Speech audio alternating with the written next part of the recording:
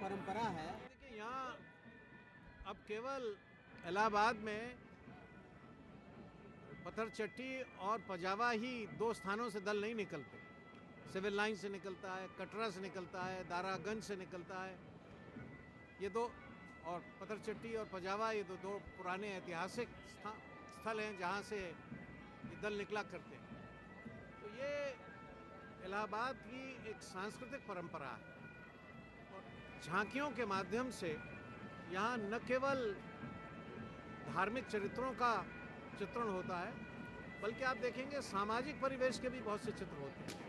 बहुत पहले यहाँ स्वाधीनता के लिए, स्वाधीनता के युग में इन झांकियों का प्रयोग लोगों में स्वाधीनता की भावना जगाने के लिए भी किया जाता, क्योंकि तुलसीदास जी ने रामलीला जो बनारस में चलाई थी ना सबसे पहले, तो उसका उद्देश्य लोगों में अपने समाज के लिए, अपने देश के लिए, अपने राष्ट्र के लिए संघर्ष करने की शक्ति जगाने के लिए किया था और लोग बलवान बने, आस्थावान बने, अपने धर्म और संस्कृति को पहचाने, इसके लिए उन्होंने वहाँ शुरू किया। वहाँ से शुरू हुआ तो फिर इलाहाबाद तो बनारस के नज़दीक है ही और सांस्कृतिक दृष्टि से उतना ही महत्वपूर्ण है।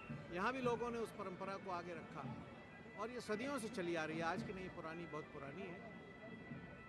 और इसमें केवल रोशनी या संगीत केवल इसी का सवाल नहीं है, ये एक निश्चित रूप से एक उद्देश्य को लेकर बनती है और धीरे धीरे आप देख रहे हैं कि झांकियों की संख्या बढ़ती जा रही है और उसमें नए नए विषयों का समावेश हो रहा है। केवल रामचरितमानस से संबंधित चरित्र नहीं रहते, उसके बाहर की भी बहुत सी घटनाएं इसमें दिखाई जाती हैं और एक सामाजिक परिवर्तन का और सामाजिक समरसता का भी ये एक प्रतीक है। धर्म संप्रदाय के लोग यहाँ सभी मिल जाएंगे और साथ चलते हैं। सबसे राष्ट्रीय महत्व के रूप में क्या महत्व? राष्ट्रीय महत्वपूर्ण में तो ये ना कि ये एक अपने रूप में राष्ट्र को भी संदेश देती है कि भाई जैसे श्री राम का चरित्र था, श्री राम ने जो मर्यादाएं हमारे लिए स्थापित की थी, तो उन्हीं मर्यादाओं पर ये देश चलता रहे, इसका एक संदेश देते हैं। और उन मर्यादाओं में आप देखेंगे कि राम ने सबरी के झूठे बेर खाए, राम ने निषाद को गले लगाया, राम ने जटायु का दाह संस्कार किया। अब कहाँ एक राजा, कहाँ एक शबरी, कहाँ एक राजा, कहाँ जटायु एक पक्षी, कहाँ एक राजा और कहाँ निषाद राज एक केवट मल्ला।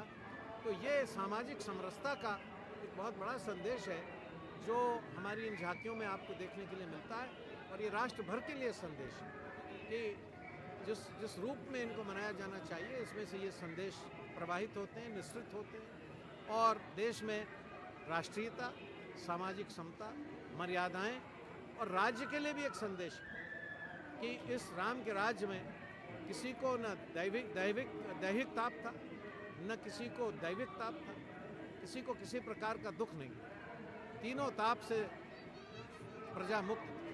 तो राज्य भी ऐसा होना चाहिए, ये भी संदेश हमारी झांकियाँ देती हैं कि प्रजा संतुष्ट रहे और देश में एक ऐसा सबको सुखी करने वाला राज्य स्थापित हो।